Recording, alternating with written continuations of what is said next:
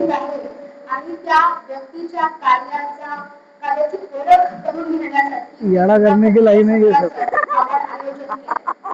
तेव्हा आपल्यातलं हे जे ज्येष्ठ व्यक्तिमत्व आहे श्री मिलिंद मराठे सर यांच्या कार्याचा जीवनपट मुलाखतीच्या सत्रासाठी मी सरांना आधी मंचावर आमंत्रित करते.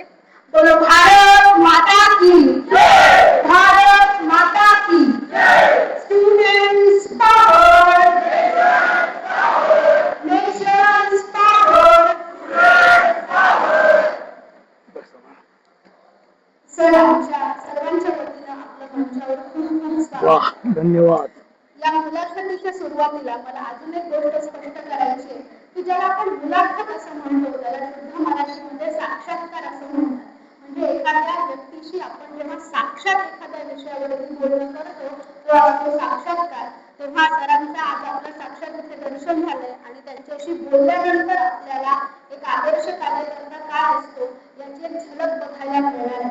त्या पुढच्या 1 तासामध्ये आपण सरांचं कार्य, व्यक्तिमत्व आणि कार्यकर्ता म्हणून त्यांची जडणघडण कशी झाली हे आपल्याला जाणून घ्यायचं आहे. परंतु तरीही त्यांचा एक परिचय म्हणून आपला करून देते. प्राध्यापक श्री मिलिंद मराठे राष्ट्रीय कार्यकारिणी विशेष निमंत्रित सदस्य असं आता त्यांच्याकडे दायित्व आहे. ते ठाण्याचे कार्यकर्ते. सरांचा निवास ठाणे इथं आहे. 1979 पासून सर विद्यार्थी परिषदेच्या संपर्कामध्ये आहेत. 1984 ते 1990 या काळामध्ये त्यांनी विद्यार्थी परिषदेचं पूर्ण वेळ काम केलं. सरांचं शिक्षण ME पर्यंत झालेलं आहे आणि मुंबईच्या प्रतिष्ठित अशा सोमय्या इंजिनिअरिंग कॉलेजमध्ये इलेक्ट्रॉनिक्स विभागात सरांनी काम केलं. राजस्थान प्रांत संघटन मंत्री, महाराष्ट्र प्रांत अध्यक्ष, राष्ट्रीय उपाध्यक्ष अशा अनेक जबाबदाऱ्या सरांनी सांभाळल्या आणि 2008 ते 2012 अशा काळामध्ये सर विद्यार्थी परिषदेचे राष्ट्रीय अध्यक्ष राहिलेले आहेत. 2002 मध्ये झालेल्या अफगाणिस्तानमधील सद्भावना यात्रेचे ते सदस्य होते. भारतीय शिक्षण प्रणाली या विषयावर सरांचा विशेष अभ्यास आहे.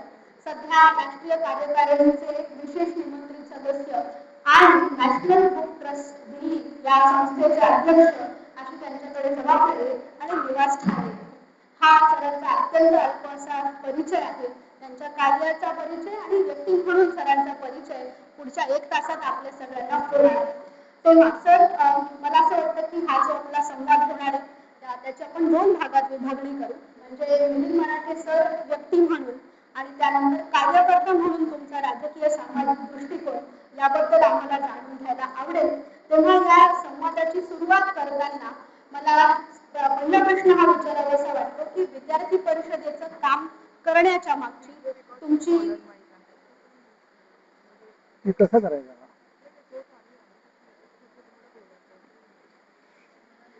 विद्यार्थी परिषदेचं काम सुरू करण्यामागची आणि ते काम अव्याहतपणे चालू ठेवण्याची तुमची प्रेरणा काय? तसा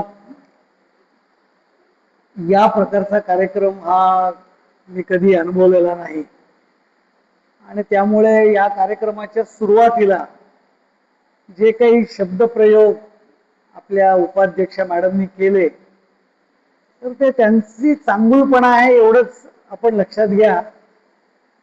कुठलाही कार्यकर्ता आदर्श वगैरे नसतो, कारण आपण नेहमी म्हणतो की आपण सतत चांगुलपणाकडे जाण्याचा प्रयत्न करत असतो.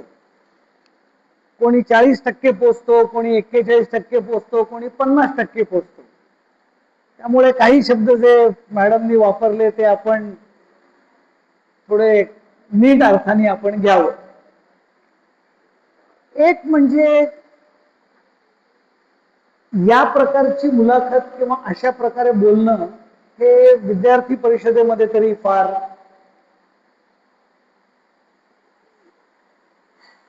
प्रत्येक वेळेला हे घडत नाही. कारण आपलं म्हणणंच मुळे आहे की अनामिकता आणि सामूहिकता हे आपलं आधार आहे आणि त्यामुळे कुठल्याही एखाद्या कार्यकर्त्याबद्दल स्वतःबद्दल त्यांनी सांगणं ही काही आपल्याकडे पद्धत नाही. पण जसं आता आज मॅडमनी विचारलं की परिषदेचं काम करण्याची प्रेरणा कशी मिळाली.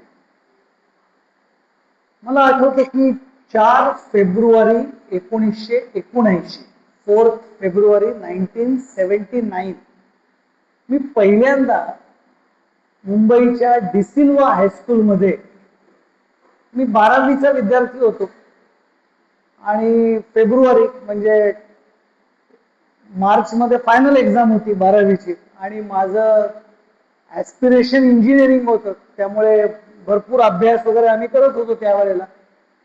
पण 4 फेब्रुवारीच्या कार्यक्रमामध्ये मी गेलो ते मुंबईमध्ये आयोजित केलेलं विभागाचं अधिवेशन होतं. म्हणजे आपल्याला प्रांत अधिवेशन माहितीये, राष्ट्रीय अधिवेशन माहितीये, पण त्यावेळेला मुंबईने विभागाचं अधिवेशन केलं. केवल मुंबई विभाग का उन्होंने अधिवेशन किया, 1 दिन का. और मुझे बुलाया, अपेक्षित वगैरह कुछ नहीं था, कोई भी आओ. मी ठाण्यामध्ये काम करत होतो आणि मी जेव्हा डिसिल्वा हायस्कूलला गेलो तेव्हा पहिलं मला दृश्य दिसलं ते म्हणजे जे आपण अनेकांनी पाहिलं असेल, हॉलच्या बाहेर एका रांगेत काढलेल्या चपला. पहिलं माझ्या मनात झालं की अरे ये कुछ अलग लोग आहे. मी आत गेलो. आत गेल्यावर प्रास्ताविक जनरल झालं आणि सत्र सुरू झालं, शैक्षिक एवं सामाजिक प्रश्न और उसमें छात्रों की भूमिका. 12वी मध्ये हे असला एवढा जड विषय कधी मी ऐकला नाही. पण सत्र संपताना माझ्या लक्षात आलं कि मेरे जैसे ही 11, 12 फर्स्ट ईयर यूजी पीजी के छात्र किस विषय पर चर्चा कर रहे हैं. आज की शैक्षिक समस्या है, सामाजिक समस्या है and role of students to solve it. मला खरं म्हणजे त्या कार्यक्रमामध्ये लक्षात आलं की ये संगठन कुछ अलग है और इस प्रकार के संगठन में काम करने का मौका अगर मुझे मिलेगा तो मैं स्वयं को भाग्यशाली समझूंगा. और 4 फरवरी 1979 से मैं विद्यार्थी परिषद के साथ एक दृष्टि से जुड़ गया. इसलिए अनुशासन, बाहर देखे हुए चप्पल और यंग स्टूडेंट्स समाज और देश की समस्याओं को हल करने के बारे में सोच रहे हैं, ये 2 बातों ने मुझे प्रेरित किया. सर, या उत्तरातून तुमच्या कार्याची सुरुवात कशी झाली याचं आम्हाला उत्तर मिळालं. परंतु विद्यार्थी कार्य करतात, त्यानंतर पूर्ण वेळ कार्य करतात आणि मग प्राध्यापक कार्य करतात. तर या टप्प्यांवरती तुमची व्यक्तिमत्व म्हणून कशी जडणघडण झाली. नहीं, आपल्याकडे कार्यकर्ता विकास का एक सबसे बड़ा महत्वपूर्ण पहलू है दायित्व देना. दायित्व छोटा है तो भी दायित्व देना. मुझे आज भी याद है कि मैं थाना में काम कर रहा था तो हमारा नौपाड़ा विभाग था, मैं जहाँ रहता हूँ, और आज सोहम भी उसी विभाग का कार्यकर्ता है, नौपाड़ा विभाग. तो मुझे जो पहला दायित्व दिया वो था बुक बैंक प्रमुख. थाना में एक बुक बैंक चलती थी. बुक बैंक क्या है, स्टूडेंट से एप्लीकेशन मंगवाना और जो गरीब छात्र अपने कक्षा के पुस्तकों का सेट खरीद नहीं सकते हैं उनको डोनेशन, परमानेंट डोनेशन नहीं, 1 साल के लिए, साल भर वो यूज करे, साल के बाद में रिटर्न करे, फिर उसको थोड़ा मरम्मत करके नेक्स्ट ईयर उन्हीं किताबों को दूसरे बैच में. उस बुक बैंक प्रोजेक्ट का प्रमुख ये मुझे दायित्व दिया. और उसमें करना क्या होता था, एक नोटिस हमने सभी स्कूल कॉलेज में जाकर लगा के आए, उसमें मैं भी था, बाकी भी कार्यकर्ता थे, और बताया था कि शाम को 6 से 8, कार्यालय तो उस समय थाना में नहीं था, तो हमारे एक सीनियर कार्यकर्ता राजू पटवर्धन, उनके घर में ही बाहर के हॉल में हम बैठते थे और उनके ही घर का एक अलमीरा उन्होंने एबीवीपी के लिए दिया था, वही हमारा कार्यालय था. वहां 6 से 8 बैठना और फॉर्म डिस्ट्रीब्यूट करना जिनको चाहिए वो, और फिर स्क्रूटिनी करके बाद में किताबें भी उनको वहीं आकर दे देना. अब उस समय जब मैं फॉर्म डिस्ट्रीब्यूट करने के लिए बैठता था तो मुझे ये कहा था कि आप क्लार्क नहीं है, ये आ गया वो लड़का, 1 रुपया शुल्क था फॉर्म का, और फॉर्म दे दिया, आप क्लार्क नहीं है, उनसे बात करो, कौन है आप, माता पिता क्या करते हैं, घर में कैसे सब लोग हैं, कहाँ तक पढ़े हो, स्कूल कौन सा है, ये किताबें आपको क्यों चाहिए, जनरल बात करो। आप कार्यकर्ता हो, क्लार्क नहीं हो। लेकिन मैं आपको सही में बताता हूं कि उनसे जब मैंने बात की तो मुझे ध्यान में है कि कितनी अलग अलग प्रकार की गरीबी के से पीड़ित छात्र वहां आए, लेकिन उनमें एक ही ललक थी कि मुझे शिक्षा लेनी है, मुझे पढ़ाई करनी है। किताबों के लिए पैसे नहीं थे उनके माता पिता के यहाँ। म्यूनिसिपल कॉरपोरेशन में हमारे यहाँ झाड़ू लगाने का काम करने वाले ऐसे कई कुत्तों को, जो क्या बोलते हैं, जो कुत्ते पागल हो जाते हैं ना, तो म्यूनिसिपल कॉरपोरेशन उन कुत्तों को मारती है। उस खाते में काम करने वाले व्यक्ति का लड़का, ऐसे लोग आ गए। और मैं तो एक सामान्य मिडिल क्लास से आया हुआ स्टूडेंट था, गरीबी वगैरह ये हमने किताबों में ही पढ़ा था, अनुभव नहीं किया था। लेकिन उनसे बात करते समय मुझे ध्यान में है कि अरे मैं थाना में रह रहा हूं, ये भी सब लोग थाना में रह रहे हैं, लेकिन आज उनके पास 11, 12 फर्स्ट ईयर की किताबें खरीदने के लिए पैसे नहीं है, इसलिए वो विद्यार्थी परिषद के इस प्रोजेक्ट का लाभ लेने के लिए आए। तो उस समय मुझे एक सामाजिक स्थिति की, क्या बोलते हैं, वेदना समझ में आई। और दूसरा मुझे समझ में आया कि यार नहीं तो इन लोगों के लिए कौन संगठन काम कर रहा है, कोई कर रहे होंगे, लेकिन एबीवीपी उनके लिए खड़ा है। और मुझे अभी थोड़ा नंबर में भूल रहा हूं, लेकिन शायद 67, 68 सेट्स हमने उस साल वितरित किए। तो मुझे लगता है कि स्वयं का छात्र करके जो विकास हुआ, उसमें इस प्रकार का प्रोजेक्ट दायित्व लेना और उस प्रोजेक्ट को कंप्लीट करते समय जो अनुभव आते हैं, वो अनुभव, और उससे ध्यान में आ गई समाज की स्थिति। ये मुझे लगता है कि छात्र जीवन में मुझे प्रेरणा मिली। उसी समय का एक अनुभव बताता हूं, थोड़ा बात का है, बुक बैंक का ही है। आज जो महाराष्ट्र सरकार के चंद्रकांत दादा पाटिल करके शिक्षा मंत्री है, वो उन दिनों में जलगांव में पूर्णकालिक थे कार्यकर्ता। और उन दिनों में बुक बैंक ये बड़ा पॉपुलर प्रोजेक्ट था एबीवीपी महाराष्ट्र में। आज शायद जरूरत भी नहीं है, समय बदल गया, आज हम नहीं चलाते, तो जलगांव में भी वो चलाते थे प्रोजेक्ट। और दादा पाटिल का एक अनुभव जो बाद में सभी महाराष्ट्र को पता चला, जलगांव में भी उन्होंने एक प्रेडिक्शन किया कि हमें 100 सेट्स लगेंगे। एक सेट की कीमत 200-250 रुपए थी।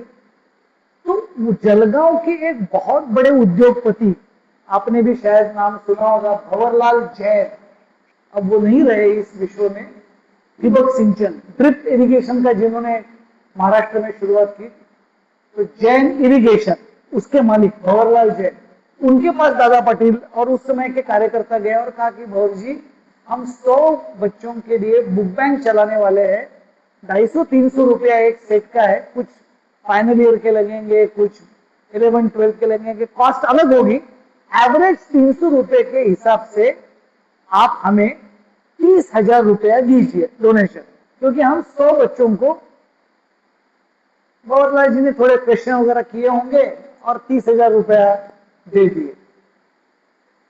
मेरे मन में जो संस्कार बैठ गया वो उसके बाद है। 2 महीने के बाद, ये कहीं अप्रैल मई की घटना थी, क्योंकि जून से बुक बैंक शुरू करनी थी। 2 महीने के बाद दादा पाटिल और वहां के जलगांव के कार्यकर्ता वापस भंवर जी के पास गए और उन्होंने कहा, भंवरलाल जी थोड़ा ऐसा हुआ है, हमें लगा था लेकिन 70 ही सेट जा पाए, यानी लड़के आ गए तो 70 ही एप्लीकेशन आ गए, या जेन्युइन एप्लीकेशन 70 थे, तो हमने 70 सेट वितरित कर दिए। अब 30 सेट के जो 300 रुपया है, 9,000 रुपया, वो हम आपको वापस लौटाने के लिए आए हैं, क्योंकि उसका कोई उपयोग नहीं हुआ।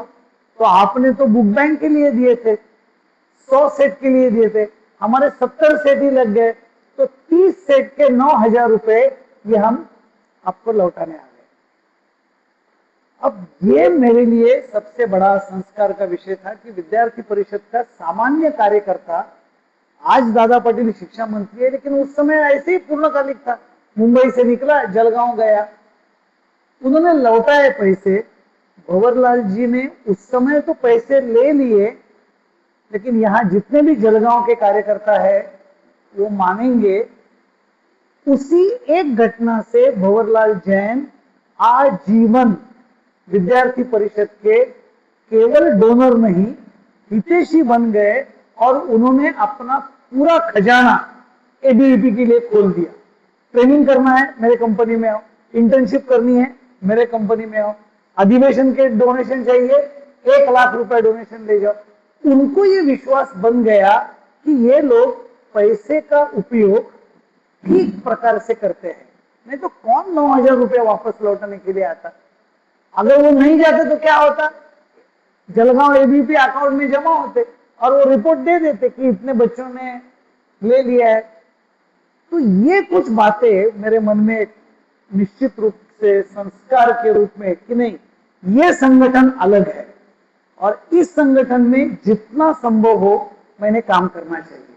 तो ऐसे कुछ विद्यार्थी जीवन के थोड़े प्रोजेक्ट ओरिएंटेड मेरे अनुभव है। सर, मला वाटतं परिषदेने केलेला हा जो सामाजिक संस्कार होता तुमच्या मनावरचा, त्यामुळेच बुक बँकेचं काम, ते नॅशनल बुक ट्रस्टची तुमच्याकडे आलेली जबाबदारी, हा परिस्थितीने दिलेला काव्यगत न्याय असं आपल्याला म्हणता येईल। तरी माझ्या मनात एक प्रश्न निर्माण होतो, तेव्हा जेव्हा तुम्ही पूर्ण वेळ म्हणून काम करत होता तेव्हाची अशी एखादी खास आठवण आहे का, किंवा असा एखादा प्रसंग की तो तुम्हाला आमच्या बरोबर इथे मांडायला आवडेल? मैं कोल्हापुर में गया पूर्णकालिक, मैं शहर में पला बड़ा, कोल्हापुर में गया। कोल्हापुर के तो यहाँ कोई नहीं होंगे क्योंकि ये कोकण का वर्ग है, तो मैं प्रवास करता था। तो हमारा नीलेश परुळेकर करके किसान कार्यकर्ता था, किसान में रेगुलर किसानी करता था, मेरा तो कोई किसानी से संबंध नहीं था, मैं मुंबई में था। तो मैं ऐसे ही प्रवास करते करते खेत में बैठे थे हम लोग, और नीलेश ने मुझे पूछा, मिलिंद सर, मिलिंद जी, उस समय कोल्हापुर में पूर्णकालिक को जी बोलते थे, तो मिलिंद जी आपको भुईमूग मालूम है क्या, ग्राउंड नट्स? मैंने कहा हाँ मालूम है, हम घर में खाते हैं। कहाँ पे आते हैं? आते होंगे पेड़ पे, तो आते ही है, नॉर्मली कोई भी चीज तो पेड़ पे ही आती है, फसल है। तो वो एकदम हंस पड़े, मुझे समझ में नहीं आया क्यों हंस पड़े। फिर ऐसे ही बैठे थे तो उसने बाजू का एक पौधा अनर्थ कर दिया, तो नीचे भुईमुख शेंगा जिसको बोलते हैं ना, वो वहां लटके हुए थे। उसने बोला, मिलिंद जी ये है भुईमुख। यानी शहरी जीवन में पला व्यक्ति मार्केट में जाकर 1 किलो शेंगदाना लाता है, लेकिन वो कहाँ आता है, कैसे आता है, ये मालूम नहीं। तो ऐसे कई अनुभव मुझे कोल्हापुर में बताए। कोल्हापुर में आपको और एक अनुभव, आप में से कई लोगों को मालूम नहीं होगा, वहां गाय का दूध कच्चा पिलाने का पद्धति है। यानी गाय खड़ी रहती है, उसको चारा दिया रहता है, आप जाइए, वो वही धार से दूध देते हैं, और वो गर्म दूध कच्चा, पाश्चराइज वगैरह नहीं। तब मुझे पता चला धारोष्ण ये जो शब्द है, धारा से उष्ण।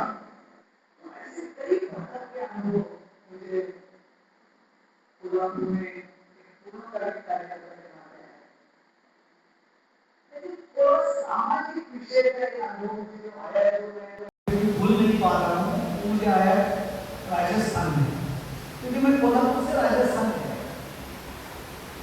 मैं राजस्थान में गया तो पहले ही दिन मैं सवाई माधोपुर उतरा और जयपुर जाना था, केंद्र जयपुर था। तो एक कार्यकर्ता के घर भोजन के लिए गए। अब भोजन के लिए गए तो कान सिंह करके वहां कार्यकर्ता था, उसके घर में भोजन के लिए गया। भोजन करेंगे और फिर जयपुर निकल चलेंगे बस से। मैं भोजन के लिए गया, मैं कान सिंह और प्रदीप सिंह चौहान जो मुझे लेने आए थे। ऐसे कान सिंह भोजन के लिए नहीं बैठा, मैं और प्रदीप सिंह भोजन के लिए बैठे। और कान सिंह अंदर जाता था, परोसता था, अंदर जाता था, परोसता था। मुझे तो आदत नहीं थी, महाराष्ट्र में तो घर में सामान्यतः माता, पत्नी, बहन परोसती है। कान सिंह अविवाहित था, मुझे मालूम था, कार्यकर्ता था, तो मैंने सोचा माता जी अगर परोसी, लेकिन कान सिंह क्या आता था वहां तो मैं कुछ बोला नहीं। लेकिन बाहर जाकर प्रदीप सिंह को पूछे कि घर में माता जी व्रत नहीं है क्या, अंदर खाना कौन बना रहा था? तो नहीं मिली जी, उनकी माता जी है, लेकिन यहाँ घूंघट की पद्धति है। और घूंघट की पद्धति है किसी भी अनजान व्यक्ति के सामने घर की महिलाएं बाहर नहीं आती है। तो सामाजिक स्थिति कैसी होती है इसका एक बहुत बड़ा उदाहरण मुझे ध्यान है। और छोटी घटना उसके बाद है। आपको झुंझुनू शायद मालूम होगा, राजस्थान का एक जिला है। और झुंझुनू में रानी सती मंदिर है। रानी सती मंदिर बहुत बड़ा फेमस मंदिर है। तो मैं तो मुंबई से गया था, तो मुझे पति के देहावसान के बाद सती जाना ये सब ठीक नहीं लग रहा था। लेकिन वहां रानी सती का उत्सव मनाते थे राजस्थान में, शायद आज भी मनाया जाता हो। मैंने तो विरोध किया कि ये क्या है, उत्सव कैसा है? ऐसे कोई पति की मृत्यु के बाद पत्नी को चिता पर प्रवेश करना, इसका हमें विरोध करना चाहिए। ये कोई ठीक नहीं है। हम सामाजिक समता, स्त्री पुरुष समानता के पक्षधर है, ये सब बातें गलत है। मैं अपने कार्यकर्ताओं के बीच में कह रहा था। तो फिर वहां के सीनियर प्राध्यापक कार्यकर्ता ने मुझे कहा कि ठीक है, आपकी बात बिल्कुल ठीक है। आपने कभी महारानी पद्मिनी के बारे में इतिहास पढ़ा है क्या? तुम्हें वेरी फ्रैंक मैंने पढ़ा नहीं। मैंने कहा नहीं पढ़ा। उन्होंने कहा कि आपको मालूम है कि उन्होंने भी एक घटना के बाद, जब अपना पराभव निश्चित हो जाएगा ये ध्यान में आने के बाद, उन्होंने और उनके साथ हजारों महिलाओं ने अग्निकुंड में स्वयं को न्योछावर के लिए जोहर कर दिया। ये घटना मालूम है आपको? मैंने कहा नहीं है। तब उन्होंने बताया कि इसका अर्थ क्या है। उन्होंने बोला आप महाराष्ट्र में पले बड़े, विदेशी आक्रांता महाराष्ट्र तक नहीं पहुंच पाए। उनके आक्रमण का सब हमने झेला है। और वो जब किसी को पराभूत करते थे तो उसके बाद जो तुर्क शत्रु एक बार घुस जाते थे तो सबसे पहले किस पर अत्याचार होता था? तो उस घर की महिलाओं पर अत्याचार होता था। लेकिन वो भी राजस्थान की अत्यंत स्वाभिमानी महिलाएं होती थी, तो वो अपने अत्याचार से बचने के लिए स्वयं को अग्नि में प्रवेश करा के शत्रु को अपना शरीर ना लगे हाथ में, ये आत्मसम्मान के लिए वो करती थी। और ऐसे ही आत्मसम्मान के लिए झुंझुनू की रानी सती ने अपना जीवन युद्ध में अपने पति का पराभव होने के बाद स्वयं की आबरू को बचाने हेतु वो स्वयं चिता पर चढ़ गई। इसलिए आपको महाराष्ट्र में जो आप सोचते हैं उस प्रकार से मत सोचिए। ये स्त्री पुरुष समानता, विषमता, ये बात नहीं है। इसका एक बहुत ही अलग गहन अर्थ है जो राजस्थान की महिलाओं ने स्वयं का जीवन न्योछावर इसलिए किया कि शत्रु के द्वारा अपनी खुद की विडंबना ना हो। अब ये सब वास्तव मुझे बहुत ही, तब मुझे ध्यान में आया कि अपना जितना अध्ययन अपने प्रांत का है उससे जजमेंटल होना ये ठीक नहीं है।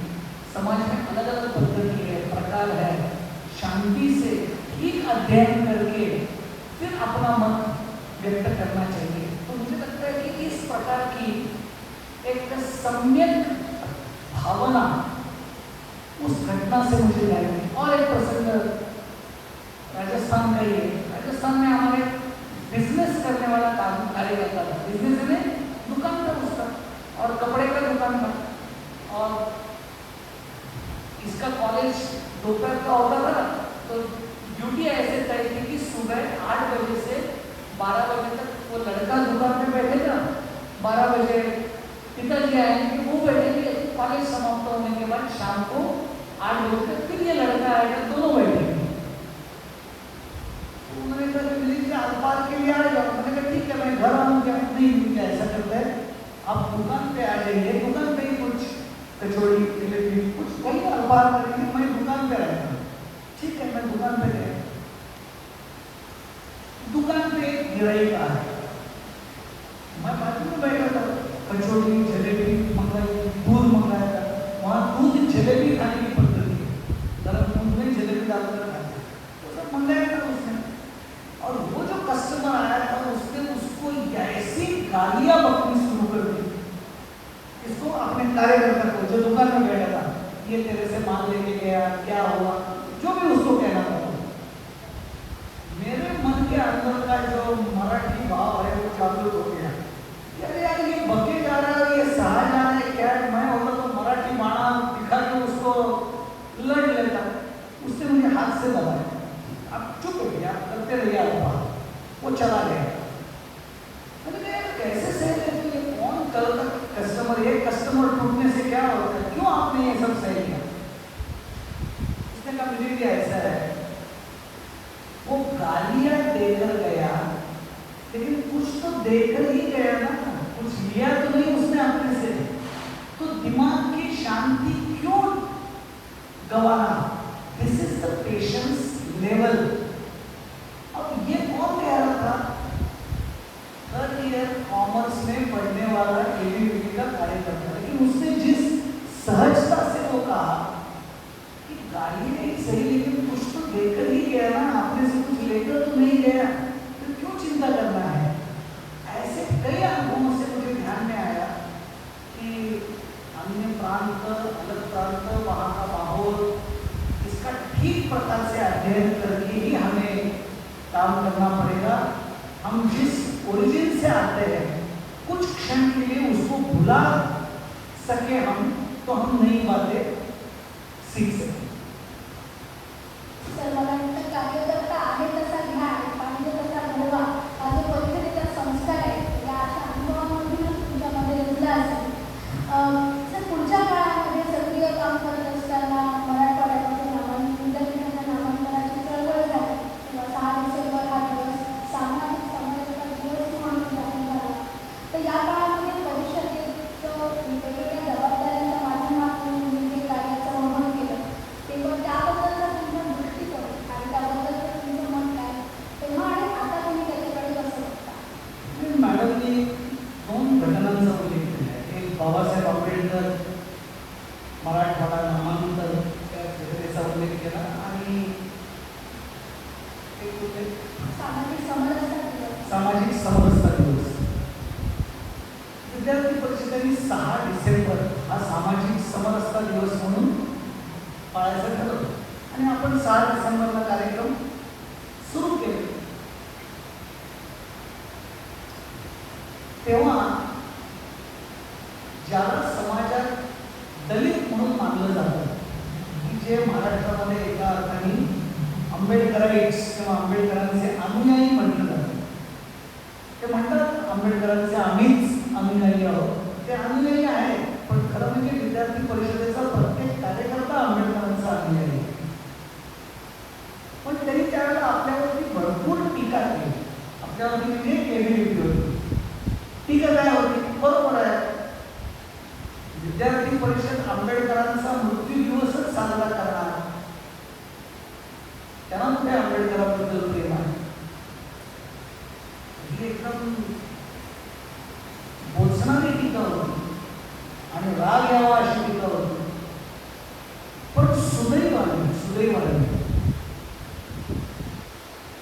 ज्या राष्ट्रीय कार्यकारिणीच्या बैठकीमध्ये 6 डिसेंबर सामाजिक समता दिवस, डॉक्टर बाबासाहेब आंबेडकरांचा महापरिनिर्वाण दिन एबीव्हीपीने देशभरामध्ये सामाजिक समता दिवस म्हणून साजरा करावा असा निर्णय जिथे झाला, त्या राष्ट्रीय कार्यकारिणीमध्ये सुदैवाने मी होतो. त्या सगळ्या चर्चेमधून जो निर्णय झाला तो आणि ही बोचरी टीका याच्यावरती मला लक्षात आलं की किती पूर्वग्रह दूषित अशा प्रकारच्या भावनेनी हा आंबेडकर भक्त आज विद्यार्थी परिषदेवर टीका करतोय की तुम्हाला बरोबर आहे, तुम्हाला आंबेडकरांचा मृत्यू दिवसच चांगला वाटणार, जन्मदिवस नाही साजरा केला तुम्ही 14 एप्रिल. पण त्यातली फॅक्ट अशी होती की विद्यार्थी परिषद ही जेन्युइन स्टुडंट्स ऑर्गनायझेशन आहे. तेव्हा नव्हती, आजही आपण सगळेजण स्टुडंट आहोत. आणि ज्या वेळेला विद्यार्थी परिषदेने हा निर्णय केला त्या चर्चेमध्ये सगळे मुद्दे आले, पण एकाच मुद्द्यामुळे निर्णय बदलला.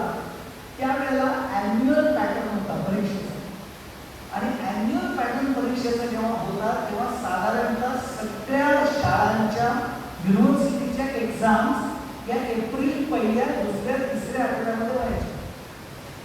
एप्रिल अखेरपर्यंत परीक्षा संपायची, मे मध्यापर्यंत रिझल्ट लागायचा आणि कुठेतरी 15 जून पासून नवीन वर्ष सुरू व्हायचं.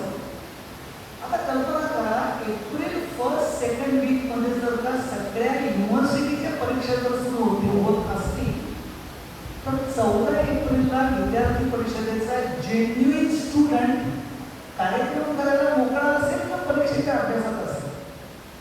कारण आपण म्हणतो विद्या आहे तर विद्यार्थी आहे, आणि विद्यार्थी आहे तर विद्यार्थी परिषद आहे. त्यामुळे अभ्यासाकडे दुर्लक्ष नाही, हे राईट फ्रॉम डे 1 एबीव्हीपीचं तत्व आहे. आणि त्यामध्ये हा निर्णय झाला की 14 एप्रिलला जर आपले सगळे विद्यार्थी परीक्षेमध्ये असतील ॲन्युअल पॅटर्नमुळे, आणि ॲन्युअल पॅटर्नमुळे डिसेंबर त्या भागाने फ्री आहे, मग आंबेडकरांच्या जीवनाचा दुसरा प्रसंग कुठला, तर मग महापरिनिर्वाण दिन तो 6 डिसेंबरला आहे. 6 डिसेंबर म्हणजे ठीक आहे, दिवाळीनंतर सेशन सुरू झाला. डिसेंबर 1ला कॉलेज गॅदरिंग होतात, डिसेंबर 1st वीकमध्ये आपण सामाजिक समता दिवस करू, कारण त्यावेळेला विद्यार्थी मोकळे असतील. आणि या कारणाकरता आपण 6 डिसेंबर हा दिवस ठरवला. तेव्हा माझ्या लक्षात आलं की समाज किती टीका करू दे, पण विद्यार्थी परिषद अत्यंत प्रामाणिकपणाने सर्व गोष्टींचा विचार करून एका तर्काच्या आधारावरती 14 एप्रिल न ठरवता 6 डिसेंबर ठरवतो. पण परवाच्या भुवनेश्वरच्या राष्ट्रीय कार्यकारिणीमध्ये काय चर्चा आली की गेल्या 5-6 वर्षापासून, काय करतात 8-10 वर्षापासून आपले 6 डिसेंबरचे कार्यक्रम कमी होत आहेत संख्येने, 12 जानेवारीच्या तुलनेत, 9 जुलैच्या तुलनेत. का बरं असं होत असेल? तर आता जवळजवळ सगळ्या युनिव्हर्सिटीजमध्ये ॲन्युअल पॅटर्न जाऊन सेमिस्टर पॅटर्न आलेला आहे. आणि सेमिस्टर एक्झाम म्हणजे डिसेंबर एंड आणि मे एंड. त्यामुळे आता 6 डिसेंबरला विद्यार्थी म्हणाले तेवढे फ्री नाही. म्हणून या बैठकीमध्ये पुन्हा असा निर्णय झाला की आपण जर 14 एप्रिलला तुलनेने जर फ्री असू तर आता आपण बाबासाहेब आंबेडकरांचा जन्मदिवस अधिक मोठ्या प्रमाणावरती साजरा केला पाहिजे. लगेच 6 डिसेंबरला बंद करा वगैरे म्हणण्याचं कारण नाही. Slowly we will shift to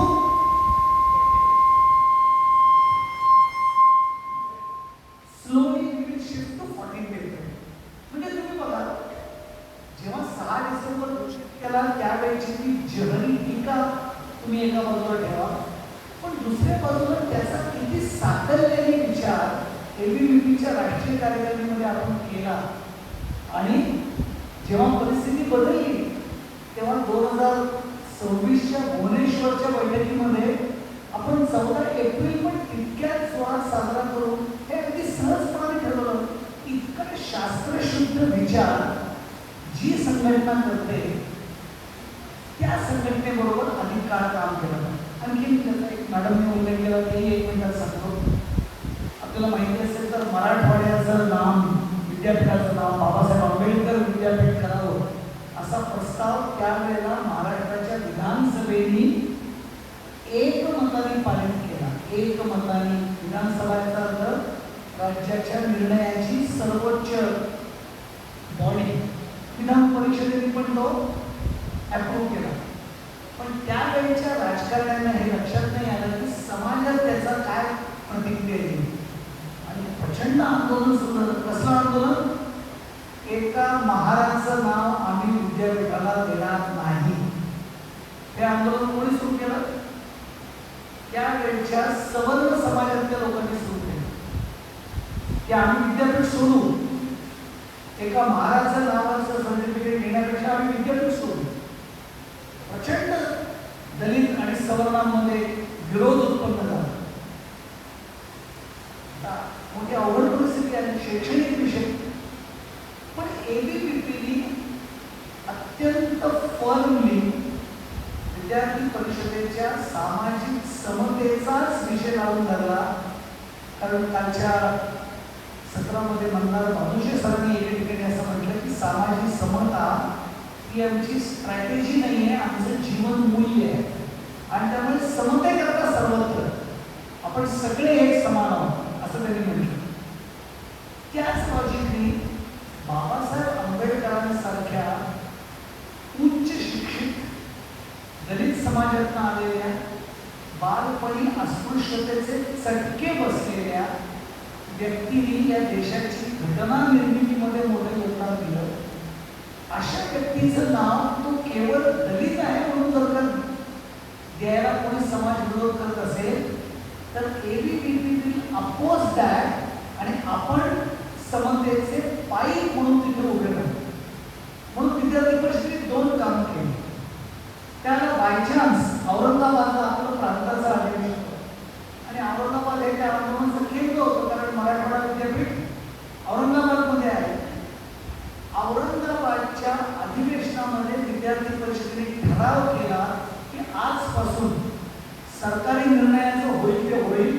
ABVP आपल्या सगळ्या कार्यकलापामध्ये मराठवाडा विद्यापीठाला डॉक्टर बाबासाहेब आंबेडकर मराठवाडा विद्यापीठ या नावाने संबोधायला सुरुवात करेल. त्यामुळे आपण नामांतराला नाम विस्तार असं आपण नाव दिलं. आम्ही मराठवाडा काढून टाकत नाही कारण मराठवाड्याची एक अस्मिता आहे. म्हणून डॉक्टर बाबासाहेब आंबेडकर विद्यापीठ मराठवाडा विद्यापीठाला आम्ही नाही म्हणतो, आम्ही म्हणतो नामविस्तार डॉक्टर बाबासाहेब आंबेडकर मराठवाडा विद्यापीठ. आणि ते आपण ठराव केला की आजपासून एबीव्हीपी ह्या नावाने सगळं आपलं कामकाज सुरू केलं. आणि त्याच वेळेला गावोगाव आपण संवाद पथकं पाठवली. संवाद पथकं म्हणजे एबीव्हीपीचेच कार्यकर्ते. आपण कधी कोणाला जात विचारली नाही, आजही विचारत नाही, भविष्यातही विचारणार नाही. पण एबीव्हीपीचे 3-3, 4-4 कार्यकर्ते गावागावात गेले, त्यांनी संवाद साधला. काही ठिकाणी आपले कार्यकर्ते जे त्यावेळेच्या युनिटमध्ये समजा सवर्ण असतील त्यामुळे नाही आम्ही नाही एबीव्हीपीचं काम करणार. आपल्या कार्यकर्त्यांनी अत्यंत नम्रपणाने सांगितलं की तुमचा राग जर खूपच असेल तर तुम्ही विद्यार्थी परिषद सोडू शकता.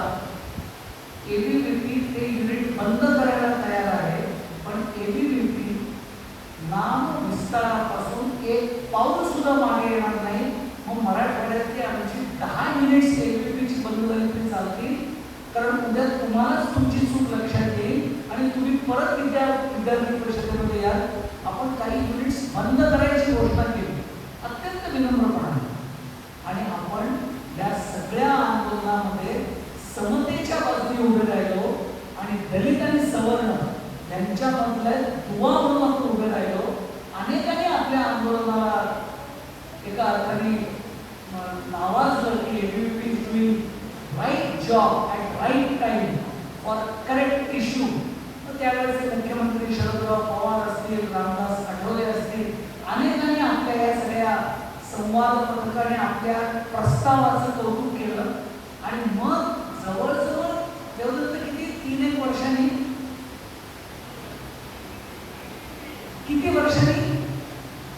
साधारण या आंदोलनानंतर 2-3 वर्षांनी जेव्हा समाजाला हे ऍक्सेप्ट झालं आणि प्रत्यक्ष विद्यापीठाचा नामविस्तार झाला, तेव्हा त्याच विद्यापीठाच्या गेटवर उभं राहून परिषदेच्या कार्यकर्त्यांनी साखर वाटली आणि असं म्हटलं की आम्ही समतेचे पाईक आहोत.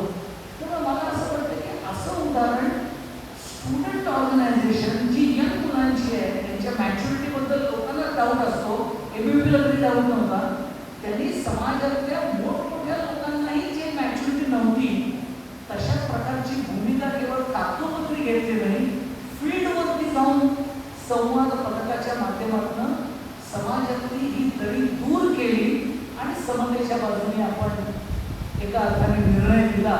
त्यामुळे मला असं वाटतं की अशा अनेक घटना या विद्यार्थी परिषदेने त्या त्या काळामध्ये सामाजिक, राष्ट्रीय त्या केलेल्या आहेत आणि त्याचं खूप मोठं महत्त्व विद्यार्थी परिषदेच्या कार्यक्रमात.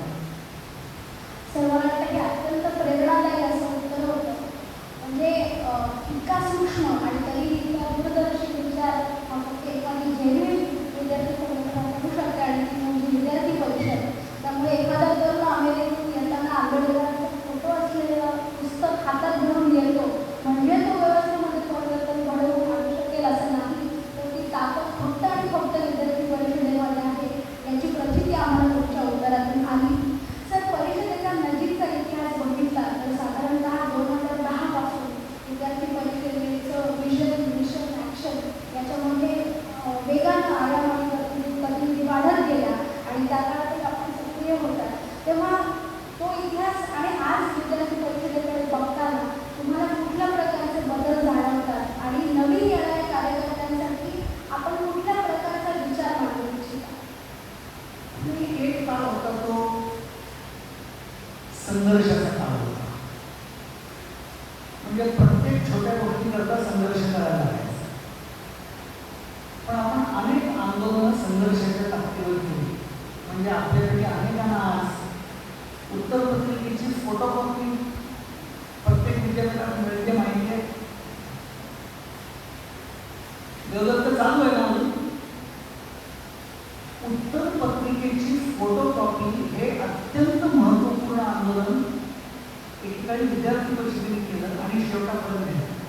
आता काय व्हायचं, एखादा मुलगा नापास झाला, कमी मार्क मिळाले, साधारणपणे तो आई वडिलांना काय सांगायचं, काय नाही तर ते मास्तर लोक तपासतात पेपर, एका दिवशी 100. मी इतकं उत्तम लिहिलं होतं, काहीतरी गडबड यांनी केली, मग रिव्हॅल्युएशनला का काही उपयोग होत नाही. 25 दिवसांनी टाईप उत्तर येतं, papers have been revaluated, no change in the marks, काही उपयोग नाही. सगळा दोष सिस्टीमवर टाकायची मुलं आपलं अपयश लपवण्यात आणि मग पालकही म्हणायचे, शिक्षकांवरती ब्लेम यायचं. म्हणून विद्यार्थी परिषदेने आंदोलन केलं की रिझल्ट लागेपर्यंत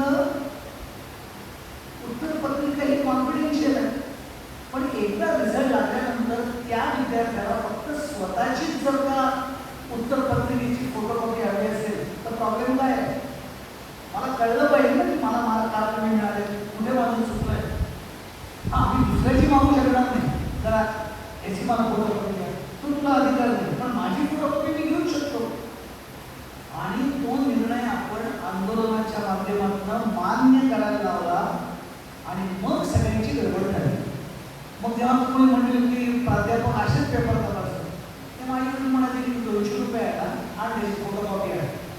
आणि फोटोकॉपी आणल्यावरती जे लक्षात यायचं की हे तू लिहिलं होतंस आणि म्हणून तुला हे मार्क मिळाले, system is not wrong, you are wrong, तू अभ्यास कमी केला. यातनं झालं काय, विद्यार्थ्यांचा सिस्टीमवरचा विश्वास वाढला आणि यंग जनरेशनचा जर सिस्टीमवरचा विश्वास वाढला तर ते चांगलं आहे. आज नीट मधल्या पेपर फुटीमुळे प्रॉब्लेम काय झाला तर विद्यार्थ्यांचा सिस्टीमवरच्या विश्वासाला धक्का लागला, म्हणून विद्यार्थी संतप्त आहे ना आज. पण त्या आपल्या एका निर्णयामुळे किती गोष्टी झाल्या बघा. एक, विद्यार्थ्यांचा पालकांचा सिस्टीमवरचा विश्वास आढळला.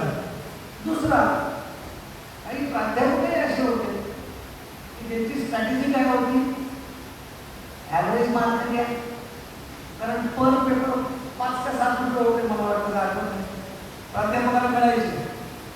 100 मार्काचा पेपर आहे, 40 पासिंग आहे, काय करायचं जनरल त्या मुलाला 50-55 मध्ये मार्क ठेवायचे, कुठे वाचत बसतो. त्यामुळे घरात धड एक गड्डा उभवायचा आणि जास्ती रेव्होल्युशन घ्यायचं. पण 50-55 मार्क मिळाले तर दिव्यात कोण करेल, राहुलेला पास झालेला पास झालं. फोटो कॉपीच्या एका निर्णयामुळे प्राध्यापकांच्या या वृत्तीला पण लगाम लागला. देव ना करो उद्या माझ्या पेपरची फोटोकॉपी निघाली आणि प्रत्यक्षात त्याला 80 मिळायला पाहिजे तर पण मी ॲव्हरेज 55 दिले किंवा 30च मिळायला पाहिजे पण मी 55 दिले, तर फोटोकॉपी तर सिद्ध होईल आणि मग निघेल हा पेपर कोणी चेक केला, मग प्राध्यापकाचं नाव निघेल. एका निर्णयामुळे असेसमेंट मध्ये ॲक्युरसी वाढली, विद्यार्थी पालकांचा सिस्टीमवरचा विश्वास वाढला, आकार रिव्हॅल्युएशनला येणारे अर्ज कमी झाले. आता पूर्वी टॅक्स रिव्हॅल्युएशनला म्हणजे आपण घरी रिव्हॅल्यूला टाकलाय तिकडनं झालं म्हणजे असे अनेक विषय त्या एका आंदोलनाने केले आणि त्यावेळेला आपल्याला विरोधामध्ये हा सगळा निर्णय करायला लागला. पण it was a landmark decision आणि त्यानंतर आपल्या निर्णयाचा आधार घेऊन देशभरामध्ये अनेक विद्यापीठांनी फोटोकॉपीची उत्तरपत्रिकेची फोटोकॉपी देणं नंतर सुरू केलं. तेव्हा असे अनेक होते. आता बदलत्या परिस्थितीत काय झालं, बदलत्या परिस्थितीमध्ये आंदोलन आपली तीच राहिली पण आता आपली दृष्टी बदलली. म्हणजे एक काळ असा होता एबीपी म्हणायची की आम्ही ब्ल्यू प्रिंट देणार नाही, we will not give any policy, we will act as a watchdog. watchdog म्हणजे आम्ही ती पॉलिसी बघत राहू, त्यात जरा चूक आढळली जिंदाबाद मुर्दाबाद आम्ही आंदोलन करू. का पॉलिसी बनवणं कोणाचं काम आहे, शिक्षणाधिकारी, शिक्षण मंत्री, सचिव, त्या कमिटी ज्याच्यामध्ये प्राचार्य प्राध्यापक सगळे असतात त्या सगळ्यांना भत्ते मिळतात, पैसे मिळतात, they are paid for that. त्यामुळे हे त्यांचं काम आहे. आमचं काम काय, वॉचडॉग. आम्ही बघत करू आणि चूक झाली तर आंदोलन करून ते ठीक करू. पण राष्ट्रीय शिक्षण नीती जेव्हा आली त्यावेळेला विद्यार्थी परिषदेने रिमार्केबल काम केलं. आपण एक कमिटी फॉर्म केली आणि राष्ट्रीय शिक्षण नीतीच्या ड्राफ्टमध्ये अनेक सूचना आपण दिल्या. तेव्हा आपला असा विचार झाला की आता आपण केवळ पॉलिसीला विरोध करणारे न राहता पॉलिसी इंटरव्हेन्शन मध्ये पण काम केलं पाहिजे. जर पॉलिसी येते आहे आपल्याला कळलं तर विद्यार्थ्यांच्या दृष्टिकोनातून we should work for what changes should be there in the policy itself. म्हणजे नंतर आंदोलन करण्याची वेळ पण येणार नाही. आणि मग नॅशनल एज्युकेशन पॉलिसीच्या निर्मितीच्या वेळेला त्या नॅशनल एज्युकेशन पॉलिसीच्या रीड्राफ्टिंग कमिटीचे चेअरमन कस्तुरीरंगन त्यांना एबीव्हीपी डेलिगेशन 5 वेळा भेटलं आणि जवळजवळ 70 ते 80% मुद्दे एबीव्हीपीचे एडीपीमध्ये डॉक्युमेंटमध्ये आले.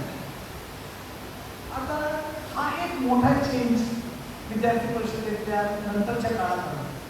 आणखीन काय चेंज झाला, आणखीन एक चेंज झाला म्हणजे विद्यार्थ्याला सगळ्या प्रकारच्या सरकारी कामांमध्ये आपण पार्टिसिपेट करून घेऊ शकतो. इंटर्नशिप्स आज अनेक ठिकाणी एबीव्हीपी इंटर्नशिप चालवतात. म्हणजे थिंक इंडिया हा जो आपला आयाम आहे त्यांनी पहिल्यांदा या इंटर्नशिपचा प्रयोग केला. त्यांनी विधी नावाची लीगल इंटर्नशिप सुरू केली आणि NLU, government law college, top-notch institutes मधल्या विद्यार्थ्यांना 3-3 महिन्याकरता, काही वेळेला 6-6 महिन्याकरता सुप्रीम कोर्ट जजेस यांच्याकडे इंटर्न म्हणून पाठवलं आणि तुम्ही तिथे शिकून घ्या. You participate in the process of governance in India. का तर तुम्ही स्वतंत्र भारताचे नागरिक आहात. आता प्रत्येक गव्हर्नन्स प्रोसेसमध्ये तुम्ही पार्टिसिपेट करा. पण पार्टिसिपेट केलं की लॅक्युना कळतो. लॅक्युना कळला की आपण सजेस्ट करू शकतो. So participation in governance to policy intervention and change in the policy. या प्रकारे विद्यार्थी परिषदेने त्या काळामध्ये काम करायला सुरुवात केली. त्यामुळे आमचे जुने मित्र कधी कधी म्हणतात एबीव्हीपीच्या आंदोलनाची धार दुखट झाले का. पण आता आम्ही चुकीच्या पॉलिसीवर आंदोलन करण्यापेक्षा पॉलिसी चुकीची होऊ नये म्हणून पॉलिसी इंटरव्हेन्शन लेवललाच काम करतो. आणि मग प्रश्न राहतो तो फक्त इम्प्लिमेंटेशनचा. रॉंग पॉलिसी आणि त्याच्या विरुद्ध आंदोलन जे पूर्वी वॉचडॉग म्हणून आपण करायचो त्याची आता गरज कमी पडते. त्यामुळे स्वाभाविकपणाने नंबर ऑफ आंदोलन कमी झाले असते. पण याचा अर्थ आमचा शिक्षण विषयाचा आग्रह कमी झालेला नाही. त्यामुळे हा एक बदल आपण केला. तिसरा जो मोठा बदल आहे तो म्हणजे पूर्वी कला वाणिज्य विज्ञान या मुख्य फॅकल्टीज मधलेच विद्यार्थी आपल्याकडे येत होते. पण आज आपल्याकडे आयाम, कार्य, गतिविधी वेगवेगळ्या प्रकारचे थिंक इंडिया, IIT, IIM अशा टॉपनॉच इन्स्टिट्यूटमध्ये आज आपले कार्यक्रम आहेत. विद्यार्थी परिषदेच्या विदेश विभागाचं काम जगभरातल्या टॉप युनिव्हर्सिटीमध्ये आपले कार्यक्रम आहेत. हे जे आपण आयामांचं जाळं जे आपण वाढवलं तो सुद्धा गेल्या 8-10 वर्षातल्या विद्यार्थी परिषदेच्या कामातला एक चेंज आहे. त्याचं एकच मर्मच्छेदक उदाहरण मी आपल्याला सांगतो. आत्ताच्या निवडणुकीमध्ये बंगालमध्ये लोकशाहीचा विजय झाला. पण गेली विधानसभेची निवडणूक जर आपण आठवली तर आपल्या सगळ्यांना पोस्ट पोल व्हायलन्स हा शब्द आपल्या सगळ्यांनी ऐकला असेल. दुर्दैवाने TMCच्या गुंडांनी अनेक त्यांच्या विरोधातल्या लोकांवरती अटॅक केले. म्हणजे बाकी सोडा विद्यार्थी परिषदेचे शेकडो कार्यकर्ते रिझल्ट नंतर 3-3 महिने आपल्या घरी जाऊ शकले नाही. कारण TMC गुंड शोधत होते तुम्ही आमच्या विरोधात केला काय प्रचार, आता या तुम्हाला दाखवतो. पण त्यावेळेला आपल्या NLU मध्ये काम करणाऱ्या कार्यकर्त्यांनी ऑनलाईन पिटिशन्स फाईल केली. किती फाईल केली? 4,500 ऑनलाईन पिटिशन्स आपल्या लोकांनी फाईल केली आणि त्या सगळ्यांची पेशी कोर्टामध्ये केली. अदरवाईज FIR करण्याची हिंमत नव्हती पोलीस स्टेशनला जाऊन कोणाची त्यावेळेला. पण ऑनलाईन असल्यामुळे आपण ती कलकत्ता, दिल्लीमध्ये बसून आपल्या कार्यकर्त्यांनी पिटिशन केली आणि एका अर्थाने रस्त्यावर न उतरता 4,500 अन्यायग्रस्त लोकांना न्याय देण्याचं ऑनलाईन आंदोलन एका अर्थाने एबीव्हीपीने केलं. हे सुद्धा एक विद्यार्थी परिषदेची बदललेली दिशा असं मला वाटतं. आणि त्यामुळे मला असं वाटतं की हे काही बदल गेल्या काही वर्षामध्ये विद्यार्थी परिषदेच्या कामामध्ये आपल्याला बघायला मिळतं. विद्यार्थी परिषदेची आंदोलनात्मक असलेली सुरुवातीची भूमिका की आता हळूहळू धोरण निर्मितीमध्ये सहभाग असलेली संघटना असा जो प्रवास आपण पुढे मांडलात त्याबद्दल आम्ही तुमचे खूप आभारी आहोत. वेळेच्या मर्यादेवर आपण उपस्थित विद्यार्थी कार्यकर्त्यांकडून काही प्रश्न घेऊ शकणार नाही. पण सर आपल्याबरोबर या प्रवासात आहेत. आपण हवं तेव्हा सरांशी संपर्क साधून आपल्या मनातले प्रश्न त्यांना विचारू शकता. आपण विचारलेल्या सगळ्या प्रश्नांना सविस्तर आणि मनापासून उत्तर दिली